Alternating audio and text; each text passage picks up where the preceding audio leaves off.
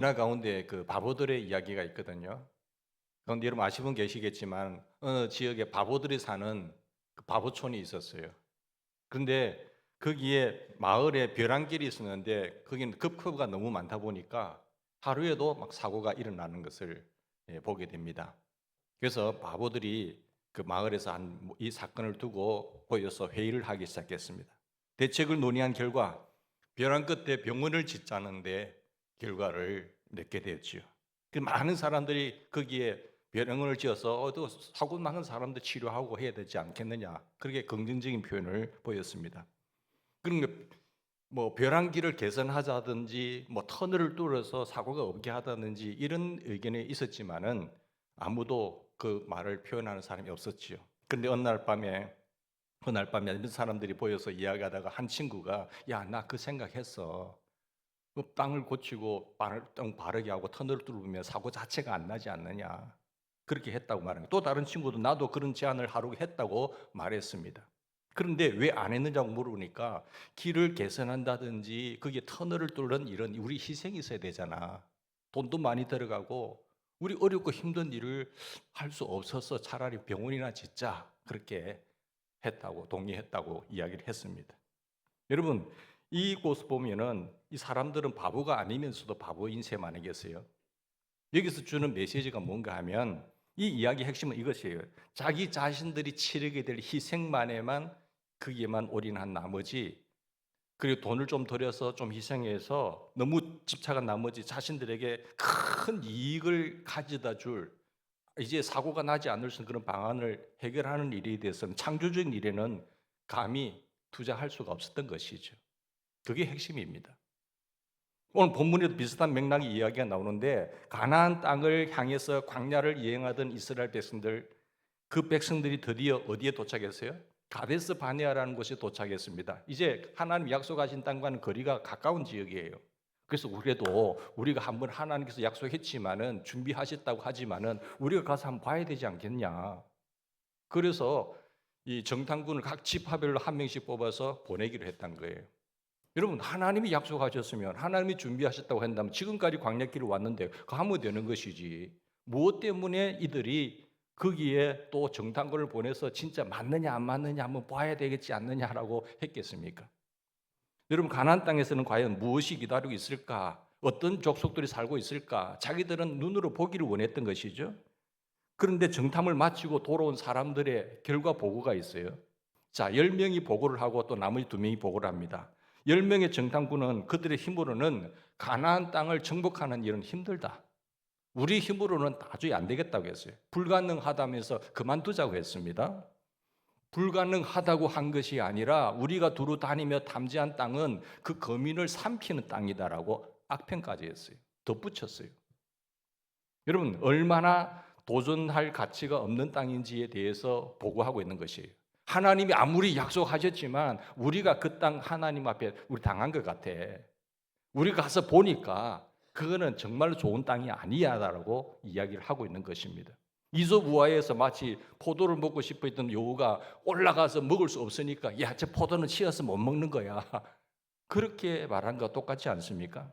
이들도 가나안 땅에 대한 이 평가, 절하를 통해서 자기 자신들을 합리화하고 있는 거예요.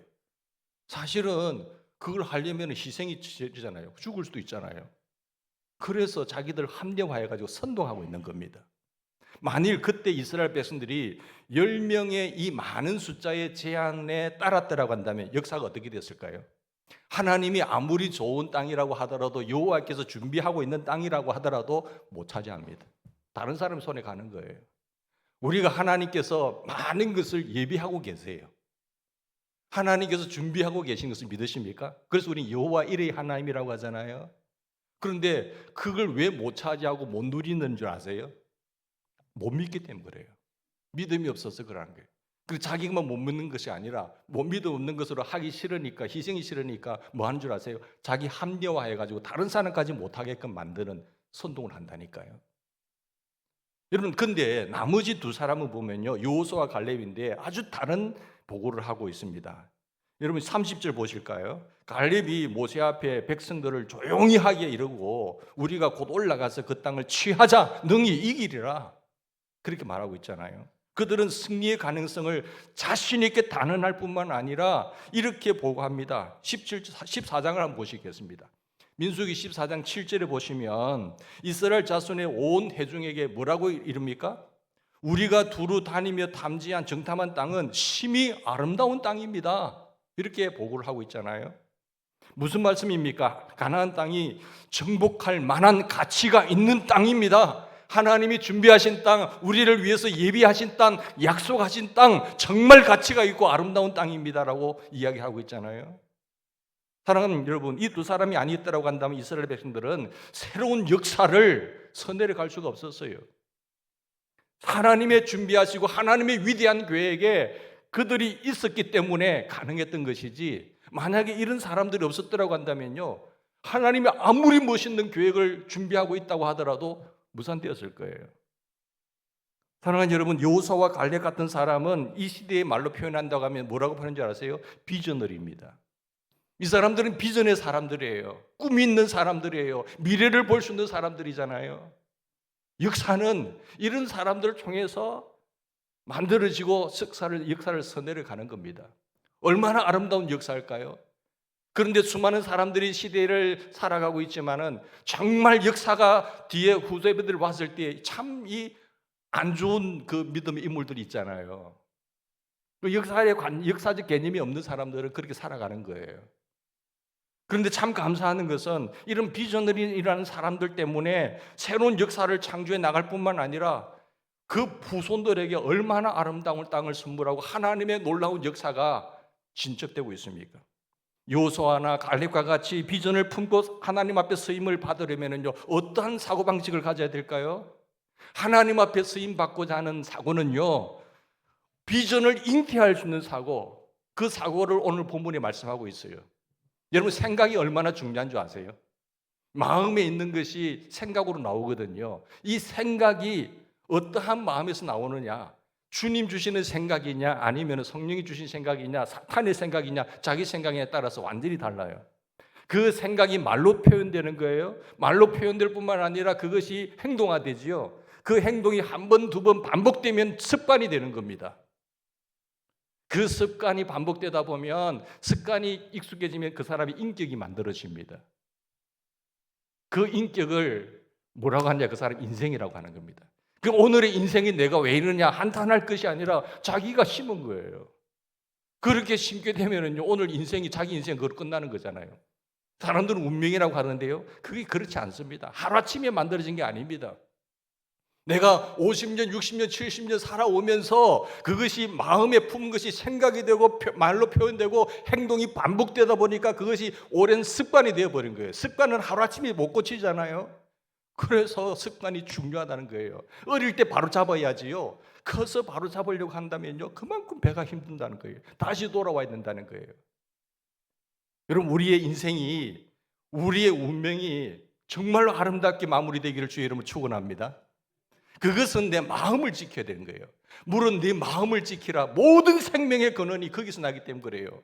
이 생각이 마귀가 주는 생각인지 그걸 받아들여서 행동화되게 되면요, 그것이 습관으로 굳어져 버리잖아요. 와우, 그 인생은요 정말 악합니다. 보기 싫습니다. 하나님 앞에 어떻게 쓸 것 같아요? 그러나 믿음의 선한 생각을 해가지고 그것을 말로 하고 행동이 반복되어서 아름다운 습관을 갖고 인격이 되고 그 사람 인생이 된 사람은요, 너무 좋아요. 그런 사람을 우리가 존경하고 역사가 그런 사람들을 기억하고 칭찬하고 있지 않습니까? 여러분, 정말로 하나님이 기뻐하시는, 하나님께 쓰임받는 사고는요, 첫 번째 긍정적 사고입니다. 긍정적 사고. 무슨 사고예요? 긍정적 사고예요. 역사에 큰 발자취를 남긴 사람들 가운데 부정적인 사고를 했던 사람들이 있는가요? 없잖아요. 부정적 사고를 했던 그런 공동체가 역사에 긍정적 기여를 했다는 얘기를 들은 적 있으십니까? 없어요. 사랑하는 여러분, 왜 부정적 사고가 유해합니까? 그것이 공동체에 어떤 영향을 주는가 하면 패배주의라는 영향을 주게 되기 때문에 그렇습니다. 그 말을 듣게 되면요, 낙심이 되고요, 좌절하게 되고 포기해버려요. 악영향을 끼치게 되는 것입니다. 선한 영향력이 아니라 걸림돌이 되어버리고 그 일을 막고 있는 것이죠. 부정적인 사고는 개인의 용기를 꺾어버립니다. 사람을 좌절시켜 버려요. 아이 보고 야 할 수 있어. 넌 얼마든지 가능하다. 이제 시작이야. 절대 늦은 거 아니야. 지혜를 용기를 주고 힘을 주고 아빠가 도와줄게. 엄마가 도와줄게. 엄마 기도할 테니까 걱정하지 마. 이제부터라도 새 학기니까 하자. 이렇게 돼야 되는데 야 너는 안 된다. 너는 안 된다. 애가 어떻게 될까요?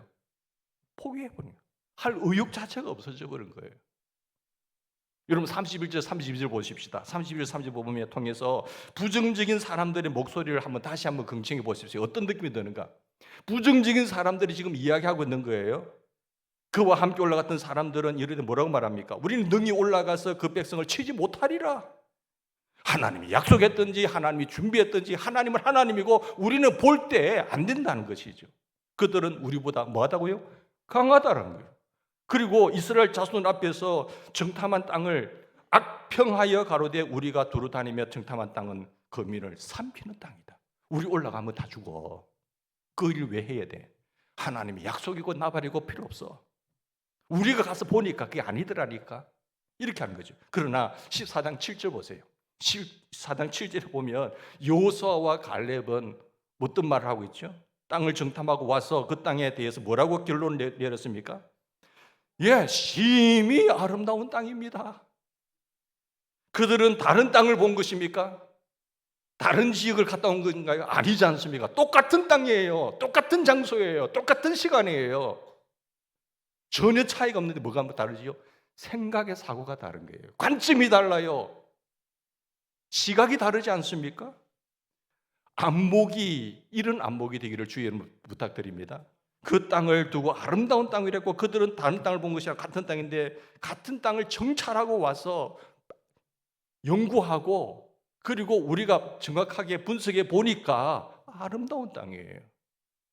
그런데 두 보고가 왜 이렇게 다릅니까? 그것은 땅이 달라서가 아니고 그 땅을 바라보는 사고 방식이 다르기 때문에 그래요. 여러분 어떤 일을 할 때도 보면 이 사고 방식이 굉장히 영향을 끼치는 겁니다. 그것이 자기에게 평생 굳어져 가지고요, 습관이 돼 가지고요, 툭 튀어나오면 말이 그래요. 여러분 여기 보시면은 소위 관점의 차이가 이렇게 큰 견해 차이로 있다는 것을 볼 수 있는 거죠. 우리가 흔히 아는 예로서 컵 안에 물이 반 정도 있다고 볼 때에 어떻게 말하는 거 들어보면요, 얘 반밖에 없어? 물이 반밖에 없다니까요. 이런 사람이 있고, 야 물이 아직 그래 반이나 있지 않아. 이 보는 관점이요, 느낌이 뉘앙스가 다르잖아요. 부정적인 느낌이 있고 긍정적인 느낌이 있잖아요. 아직도 그 반이나 있어. 그러면 우리 그걸 가지고 뭘 할 수 있겠네. 반밖에 안 돼. 그 말을 딱 들어보면 우리가 알 수 있는 거거든요. 여러분 우리가 볼 때 얼마나 사고방식이 다른가 하면은 이 굉장히 중요한 거예요. 비관주의자들은 항상요 문제가 있잖아요. 문제를 과장시켜요. 왜? 자기가 안 해야 되니까. 안 하면은 못하면은 가만히 있으면 될 텐데 자기 합리화 때문에 이래서 못하고 저렇게 못하고 선동해가지고 다 좌절시켜버려요. 문제를 문제하시하면은 문제는 진짜 큰 문제가 됩니다. 여기 10명의 정탐꾼들이 과장된 한번 보고를 한번 들어보세요. 얼마나 과장시켰는지. 그들은 가나안 땅을 두루 다니고 거민을 삼켜버릴 나쁜 땅이라고 악평을 했죠. 악평할 뿐만 아니라 그 땅에 거주하는 모든 백성들이요 신장이 장대하고 키가 크고 무기도 가졌는데 우리는 그에 비하면 메뚜기와 같아요. 그렇게 악평하고 있어요. 그리고 네피림 후손들이 있다고 했어요. 그들에 비하면 한 메뚜기 같다. 우리가 어떻게 그들과 싸울 수 있느냐고. 만약에 우리가 이런 생각을 가지고 여기까지 왔다면 이곳에 하나님의 선이 세워졌을까요? 못 세워졌죠. 그 돈 가지고 어림도 없다. 그러면서 손 하나 갖다가 안 해. 예? 말꾼인 사람들은 앞에 현장에 있는가 보지 현장에 없다니까요. 그런데 이 낙관주의자들은 있는지, 비관주의자들이 이런 생각을 가진가 하면은 낙관주의자들은 어떻게 말하는지 아세요? 반대로 비전을 과장합니다. 비관주의자들은 문제를 과장하고 낙관주의자들은 그 비전을 과장하는 거예요. 야, 하나님이 예비하신 땅이야. 얼마든지 할 수 있어. 그 땅을 우리가 정탐해 보니까 별볼일 없는 사람들이야. 여러분, 이런 비전을 과장하면은 호랑이를 그리다가도 적게는 토끼라도 그리잖아요. 문제를 과장해서 얻을 수 있는 것은 하나도 없습니다. 자기만 낙심하면 끝나는 것이지 주변의 사람들까지, 친구들까지 다 낙심시켜버려요. 여러분 14장 8절 9절 한번 보십시다. 여호수아와 갈렙은 드디어 어떻게 고백합니까? 여호와께서 우리를 기뻐하시면 우리를 그 땅으로 인도하여 들이시고 그 땅을 우리에게 주시리라. 이 믿음의 사람들이 모든 일을 차지하는 거예요. 교회를 뿐만 아니라 우리 인생에 살아가는 데 있어서 하나님의 약속이 있다고 하면 붙잡으시라니까요. 하나님을 신뢰하시라니까요. 여러분, 하나님이 일하는 데 있어서 어려움이 없다고 말하지는 않았어요. 그 어려움이 있다고 하더라도 땅 지역 딱 동서남북 딱 지경을 주고 나서 계속해서 말하는 걸 뭡니까? 여호수아에게도 마찬가지, 모세에도 할 수 없습니다 했을 때 하라. 두려워하지 마. 그 땅을 바라보고 두려워하거나 내가 너와 함께 할 거니까. 놀랄 일이지만 그 땅 보고 어떻게 하지 놀라지 마. 나는 네 아버지잖아. 네 아빠잖아. 계속해서 그런 말씀을 주는 거거든요. 어려움이 없으니까 편안한 길이니까 하는 게 어려움이 있어요. 희생을 치러야 돼요. 그렇지만 하나님이 우리를 기뻐하시고 하나님이 기뻐하신 일이고 하나님이 함께 하신다고 한다면 능히 차지하시고 하나님이 주셔. 이런 믿음이 필요한 것입니다. 이런 말이 필요한 거예요. 여러분, 이는 과연 젖과 꿀이 흐르는 땅입니다. 다만 여호와를 거역하지 마십시다. 또 그 땅 백성을 두려워하지 마십시다. 그들은 우리의 뭐라고요? 밥입니다. 사랑하는 여러분, 우리가 앞으로의 발걸음이 하나님 앞에 아름다운 기여와 그런 성취를 경험하시려면 그런 발걸음 되기를 원하십니까? 내 인생에 그런 발걸음 되기를 원해서는 이 여호수아와 갈렙에게 배우셔야 돼요. 하나님의 사람들이, 하나님께 쓰시는 사람들이 어떤 사람인가를 여러분 배우십시다. 이 가능성의 사고를 배우셔야 돼요. 주님 안에서 사물을 긍정적으로 바라볼 수 있는, 그것은 안목은 하나님의 관점과 안목의 시각을 가지셔야 되는 거예요. 두 번째, 우리가 하나님 쓰시는 사고가 어떤 사고일까요? 여러분, 신앙적 사고를 가지셔야 됩니다. 긍정적 사고가 중요하고 그 다음에 가져야 그 위에 신앙적 사고를 가지셔야 돼요. 신앙인은 마땅히 신앙적으로 사고해야 됩니다. 그리스도인은요, 마땅히 크리스찬의 사고를 가지셔야죠. 우리가 하나님이 주권자이시고 주관하시고 믿는 것이 인간의 생사화복을 주관한다는 것이 믿는 것이 신앙이잖아요. 그런데 교회는 오래 다녔는데 신앙적 사고는 찾아볼 수가 없다고 한다면 그 사람 그리스도인 맞아요? 아니거든요. 그리스도인은 그리스도인답게 생각하는 것입니다. 그걸 그리스도인이죠. 내가 못하더라도 생각 자체는 그렇게 하는 것 아니겠어요? 마귀적인 생각을 가지고 그걸 받아들여 가지고 내 입에서 나오게 만들고 선동하고 행동화시키고 하는 것은요, 완전히 사탄의 도구가 되는 거예요. 우리 안에 여러 가지 생각이 드는데 이게 성령의 생각인지 마귀의 생각인지 아니면 내 생각인지 기도하시면서 분별하셔야 되는 겁니다. 때로는 그리스도인들이 전혀 신앙인답게 행동하지 않고 사고하는 모습을 보게 되는데 이것을 일컬어서 뭐라고 하는가 하면은 신앙인의 불신앙이라고 말합니다. 믿음을 아예 버리지는 않았지만은 하는 행동이 전혀 신앙적 사고가 아닌 것이죠. 하나님의 사람답게 백성답게 살지 않는 모습을 신앙인이지만은 불신앙을 가지고 산다고 말을 하는 겁니다. 자, 어제는 하나의 사건 앞에 믿음으로 대처했는데 오늘 사건, 다른 사건 앞에서는 믿음으로 대처하지 못하는 행동, 사고, 쩔쩔매는 모습을 보고 있는 거예요. 믿음이 전혀 없는 것은 아니잖아요. 현재의 상황 속에서 믿음을 적용하지 못하는 삶의 모습. 오늘 여러분의 믿음은 어디 있는가요? 오늘 나의 믿음은 오늘 이 상황과 오늘 이 사건, 이 환경 속에서 나의 믿음은 어디 있느냐는 거예요. 하나님은 그걸 보기를 원하는 거죠. 환경이야 상황과 문제는 다 있지요. 그런데 하나님이 보시는 것은 병을 고칠 때나 뭘 할 때나 다 네 믿음대로 될지니라 했습니다. 하나님이 보시는 것은 그 사람의 신장이나 크기나 환경이나 능력을 보는 것이 아니라 하나님이 보시는 관점은 믿음을 본다는 사실. 이게 굉장히 중요해요. 그래서 저는 복된 거예요. 하나님이 내 안에 계신 것이 믿어짐이 가장 큰 복이라니까요. 하나님이 내 안에 계셔서 나를 주관하시 이끌어가는데 그 앞에서 죄를 지을 수가 있나요, 여러분? 어떻게 죄를 지어요? 사람이 내 옆에서도 죄 못 짓는데. 당당하게 두려워하지 않고 하나님이 함께 하시면, 어린아이가요, 아빠만 옆에 있어도 애가 얼마나 당당한 줄 아시잖아요. 그런데 우리 아빠가, 내 아버지가 인간의 육신의 아빠보다 더 못한가요? 아니잖아요. 우리 하나님, 우리 아버지는 천지 만물을 창조하시고 말씀으로 만물을 붙들고 계시고 섭리하시고 통치하시는 분이세요. 그런데 뭘 두려워하냐 말이에요. 두려워한 나머지 죽기까지 밖에 더 알겠어요? 죽으면 어디 가요? 더 좋은 집에 가잖아요. 그런데 교회 다니는 목적이 이 땅에서 잘 먹고 잘 살기 위한 것이라고 한다면 조금만 어려움이 생기면 우리는 염려한다는 것이죠. 사랑하는 여러분, 믿는 자들이 믿는 자답게 사고하지 못한 이유가 뭔 줄 아세요? 하나님을 망각하기 때문이에요. 하나님을 잊어버린다니까요. 순간적으로 전능하신 하나님을 망각하기 때문에. 그러면 우리는 신앙인이면서도 전혀 신앙인답게 사고하지 않고 행동하지 못합니다. 그게 신앙인의 불신앙이래요.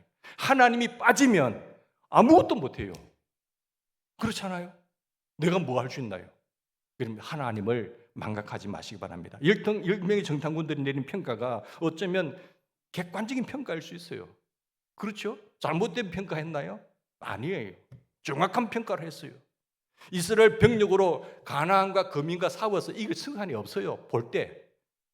그들의 지식과 경험으로 볼 때에, 전략적으로 볼 때에 안 된다니까요. 근데 가나안 거민과 싸워서 못한다는 본 것이 어쩌면 합리적인 판단입니다.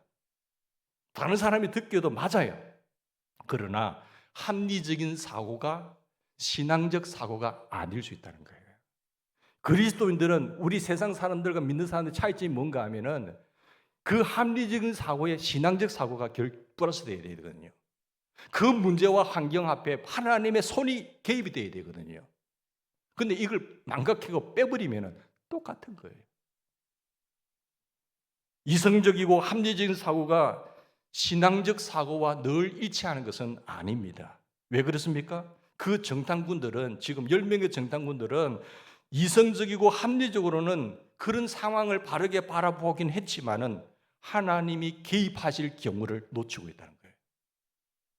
하나님이 이 사건 속에, 이 역사 속에 하나님께서 우리에게 약속하신 땅이라는 것을 잊어버리고 있는 거예요. 하나님이 이 사건 속에, 이 환경 속에 개입하실 경우에는 어떻게 변할 것인가를 모르고 있다는 거잖아요. 전혀 고려하지 않고 있기 때문에 그런 판단을 내리고 그런 말을 하고 있는 거예요. 그렇습니다. 가나안을 점령하는 것은 어려운 일이에요. 쉬운 일은 아닙니다. 힘든 일입니다. 희생을 치러야 할 그런 어떤 일이에요. 무거운 과제입니다. 우리 힘으로는 버거운 일이에요. 그러나 만물을 창조하시고 전능하시고 우리에게 약속하신 하나님이 이 일을 기뻐하신다고 한다면, 이 일에 하나님이 개입하신다고 한다면 얼마든지 가능하잖아요. 할렐루야. 그걸 믿고 여기까지 달려오신 여러분들이 대단한 거예요. 예? 여러분의 믿음이 대단한 거예요. 하나님 그걸 복 기뻐하신 거예요. 만물을 창조하신 하나님, 그 주님께서 나를 구속하시고 나를 사랑하시고 주님이 함께 하신다고 한다면 우리 생각은 바뀔 수 있잖아요. 왜 그것을 망각하십니까? 왜 전능하신 하나님을 잊어버리십니까? 민수기 14장 8절 보십시다. 8절을 보시면 다시 보세요. 여호와께서 우리를 기뻐하시면 우리를 그 땅으로 인도하여 들이시고 그 땅을 우리에게 주시리라. 그 땅을 우리에게 주시리라. 이는 과연 젖과 꿀이 흐르는 땅이라.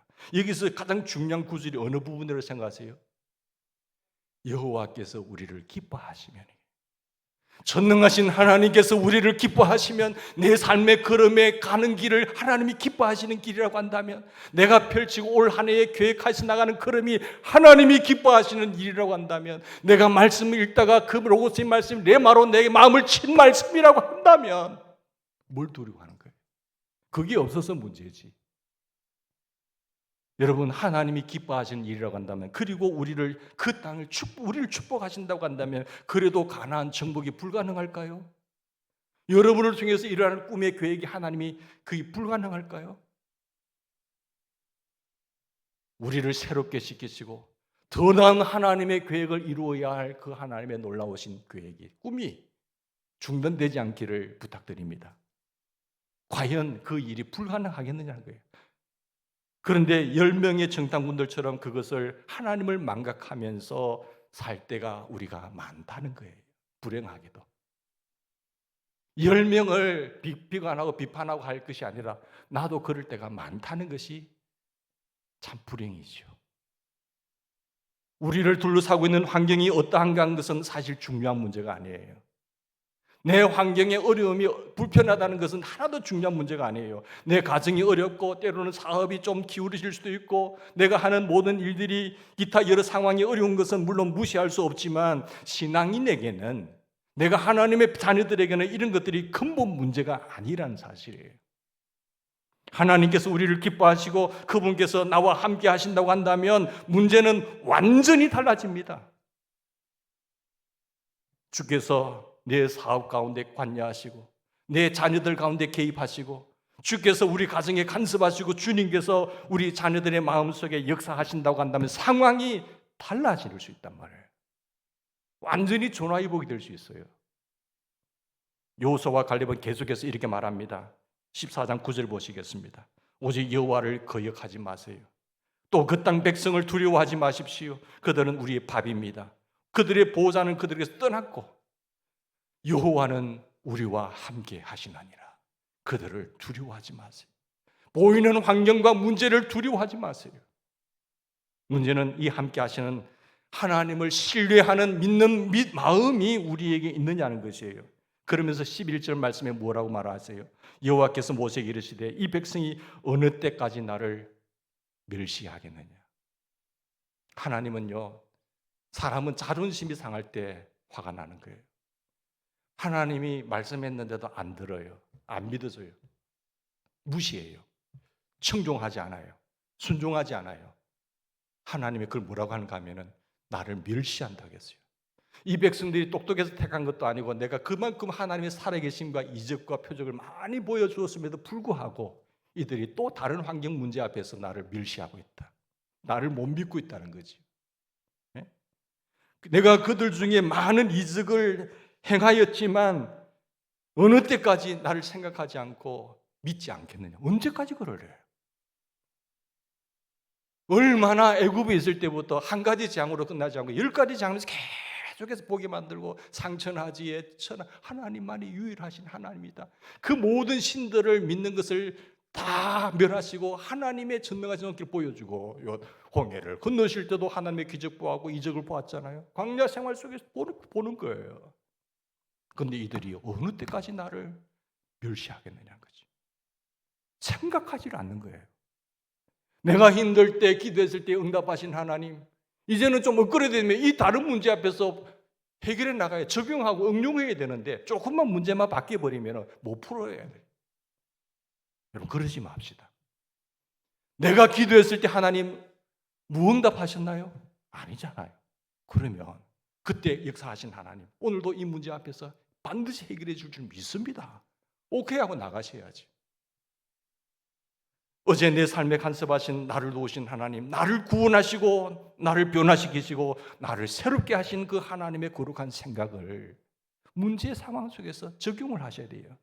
오늘은 그 하나님을 내가 과거에 경험했다고 한다면 오늘은 왜 갈팡질팡하십니까?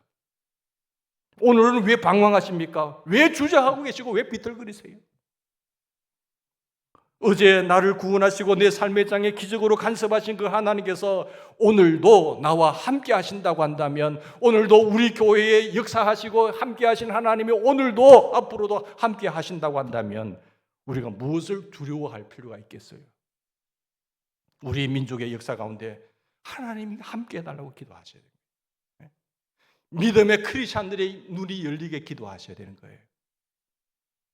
문제는 우리가 함께 하신 하나님을 통해서 오늘을 바라볼 수 있는 믿음의 눈을 잃어버렸다는 것이 문제입니다.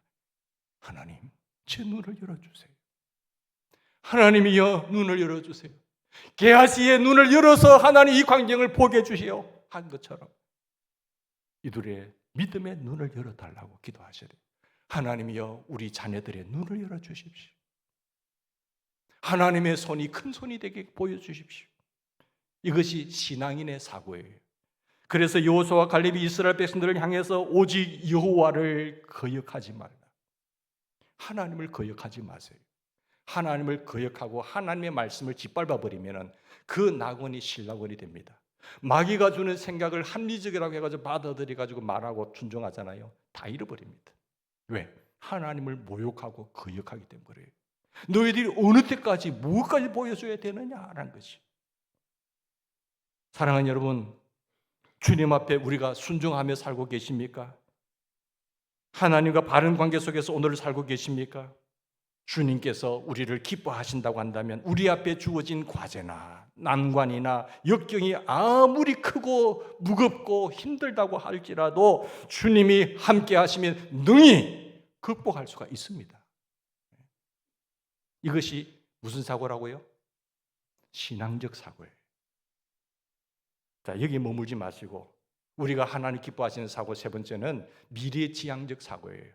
한 공동체가 얼마나 앞을 향해서 전진할 수 있느냐 하는 것은요, 그 공동체를 구성하고 있는 사람들이 회원들의 의식 구조를 딱 평가해 보면 바로 드러납니다. 아, 미래가 있는 교회인지 없는 교회인지, 저 집안이 미래가 있는 집안인지 아닌 집안인지 그 사고를 체크해 보면 바로 알 수가 있어요. 비전이 없는 공동체는요, 후퇴할 수밖에 없어요. 결국 소멸의 길을 걸어갈 수밖에 없습니다. 후퇴하는 공동체나 개인이나 가정이나 그런 민족에게는 공통된 두 가지 사고의 틀이 있는데, 첫 번째는 과거지향적 사고예요. 복고지향적 사고지요. 왕년에 내가 하는 사람치고 지금 내놓을 게 뭡니까? 내 옛날에 말에 많이 했다는 거예요. 그래서 어쨌단 말이죠. 지금 내놓을 게 없으니까 내 왕년의 말에 이렇게 했다는 거지. 지금 별 볼 일 없는 거예요. 왜 왕년을 찾을까요? 지금 내놓을 것이 없기 때문에. 그러니까 자꾸 과거로 돌아가는 거잖아요. 여러분, 우리의 사고는 미래지향적입니까? 아니면 과거지향적인가요? 10명의 정탐꾼들 보세요.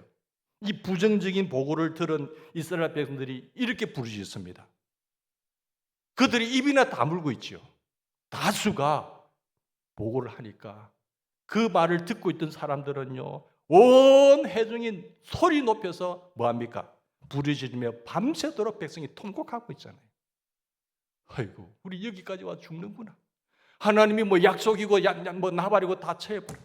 우리가 하나님 믿고 찾아왔는데 보니까 그게 아니더라 하는 거죠.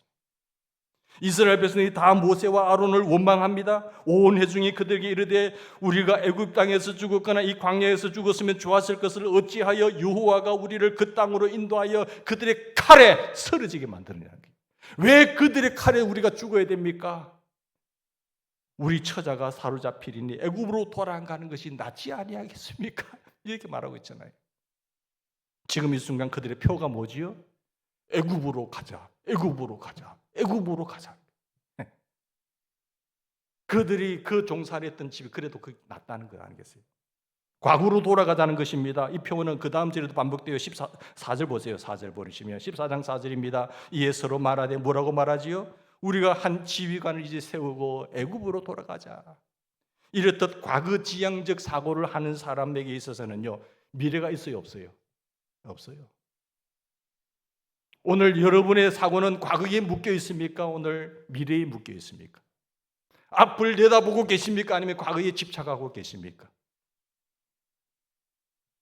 그리고 여러분은 앞을 보고 사는 여러분이 되기를 바랍니다.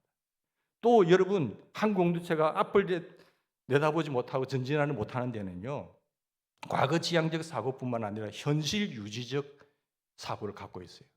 현실 유지적, 현실 안거적 사고를 그게 틀에 딱 갇혀 있는 거예요.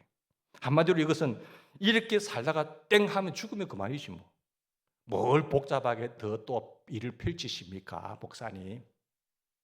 이제 살만하잖아요. 그 고생하고 다 새 집 지었는데 우리끼리 여기 잘 먹고 잘 살면 되는 것이지 뭐 또 뭐 복음을 증거해야 되니 지역을 살려야 되느니 지역과 함께 가야 되느니 이거 할 필요가 뭐 있습니까? 이제 살만한데 또 목사님 또 무슨 일 벌리시려고 그러세요? 그럴 수 있잖아요. 안 그러세요? 우리 아이들에게도 마찬가지. 야야야, 이제 됐다. 막 우리 적당하게 살자. 엄마 아빠는 막 이것으로 만족하니까 너희들이 알아서 하든지 말든지 이럴 수 있거든요. 현실에 주저앉고 싶어하는 유혹들이 다 있습니다. 현실에 주저앉고 싶은 사람들에게는 미래를 기대할 수 있을까요? 없을까요? 없어요. 죄송하지만. 그래서 그런 비전주의자들 있잖아요. 개구리를 뜨거운 물에 너무 튀어놓지만은 미지근한 물에 담가놓으면 서서히 즐기다가 죽는다. 마귀가 우리를 죽이는 방법이 그거라는 거예요. 환란이 오고 핍박이 오면 막 기도하고 그들이 이제 편안하고 안가하면 서서히 즐기다가 끝. 저 교회는 아무 일도 안 해. 사탄이 건드릴 이유가 없다는 사실. 우리가 이만큼 잘 살게 됐고 이만큼 우리 교회가 부흥했는데 이렇게 됐는데 안주하고 있는 것은요 아닌 생각이 듭니다. 현실 안주가 되면 희망이 없습니다. 지금 보세요. 여호수아와 갈렙이 외치는 목소리가 귀에 들립니까? 여호수아와 갈렙이 무슨 소리를 외치고 계세요?